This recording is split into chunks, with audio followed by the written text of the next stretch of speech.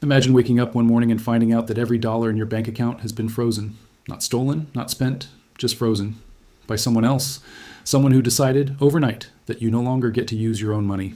That is exactly what happened in 2022. Not to a criminal, not to a terrorist, but to an entire country. The United States and its allies froze $300 billion in Russian sovereign assets, money that belonged to Russia's central bank, and cut Russia off from SWIFT, the messaging network that runs almost all international banking.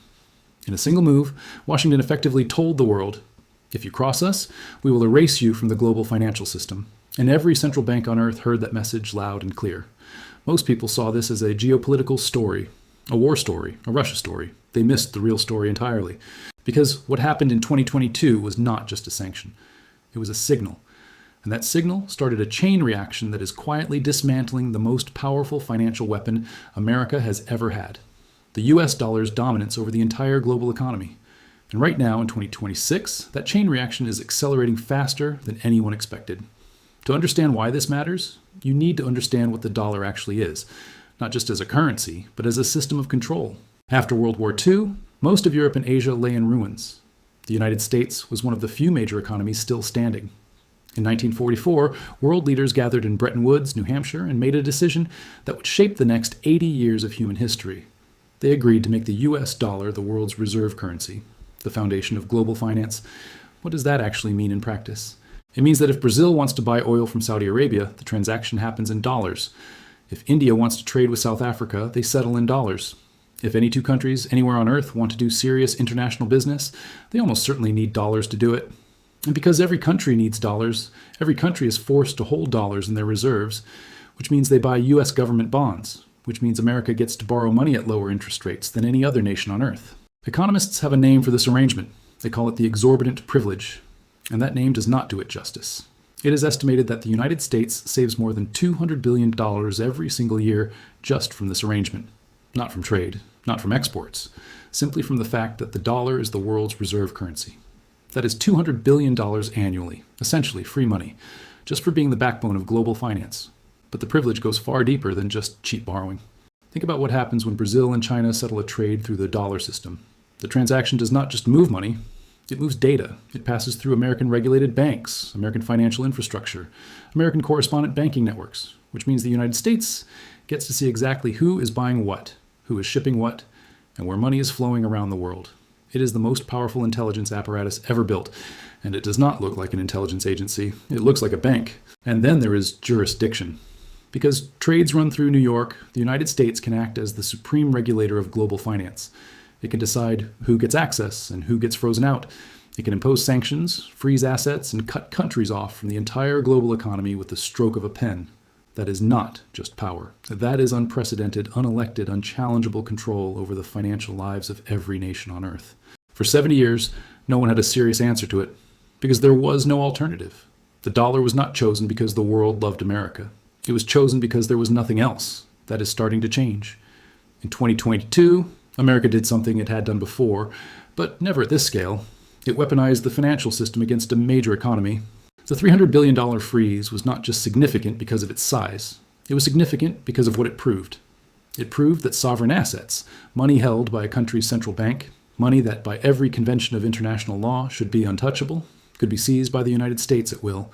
It proved that SWIFT, the messaging network that virtually all international banking runs through, could be turned off like a light switch.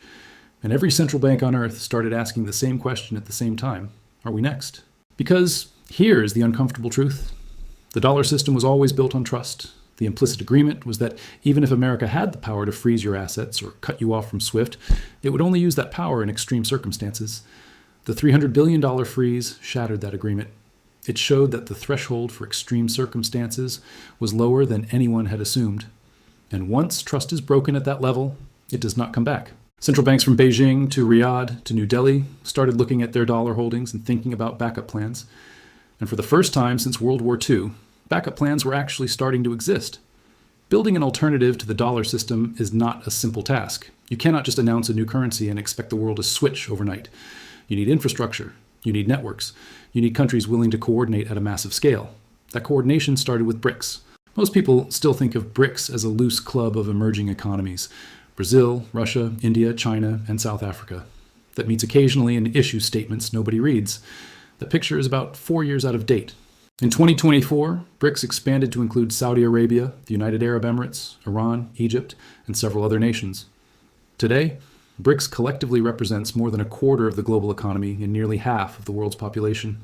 These are not countries just doing business together. These are countries actively building the infrastructure to operate outside the old rules, outside the dollar system, outside SWIFT, outside American jurisdiction. And in January 2026, they launched something that barely made the news, something called the Unit. The Unit is a blockchain-based settlement tool designed specifically for BRICS countries. It allows member nations to bypass the US dollar entirely by using a neutral unit of account, one that is backed 40% by physical gold and 60% by a basket of BRICS currencies.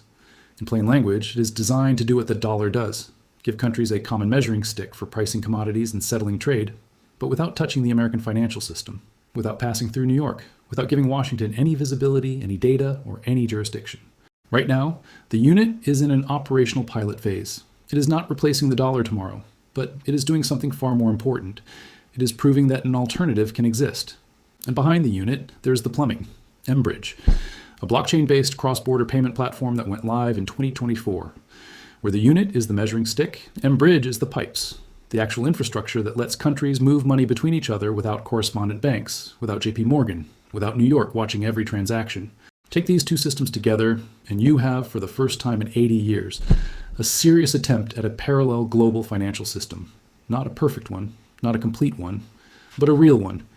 The 2022 freeze did not start this process. It accelerated something that was already quietly building.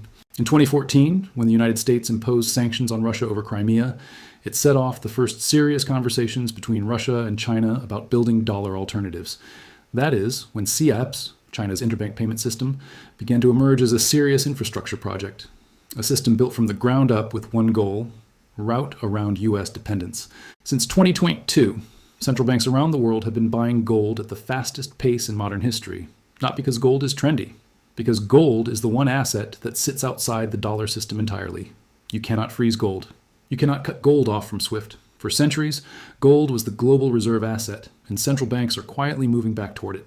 In early 2023, Brazil and China signed an agreement to settle bilateral trade in yuan and reals, completely bypassing the dollar. In late 2023, India completed its first ever purchase of UAE crude oil using Indian rupees instead of US dollars. And Saudi Arabia, America's most important petrodollar partner for 50 years, has been openly discussing accepting Chinese yuan for its oil sales.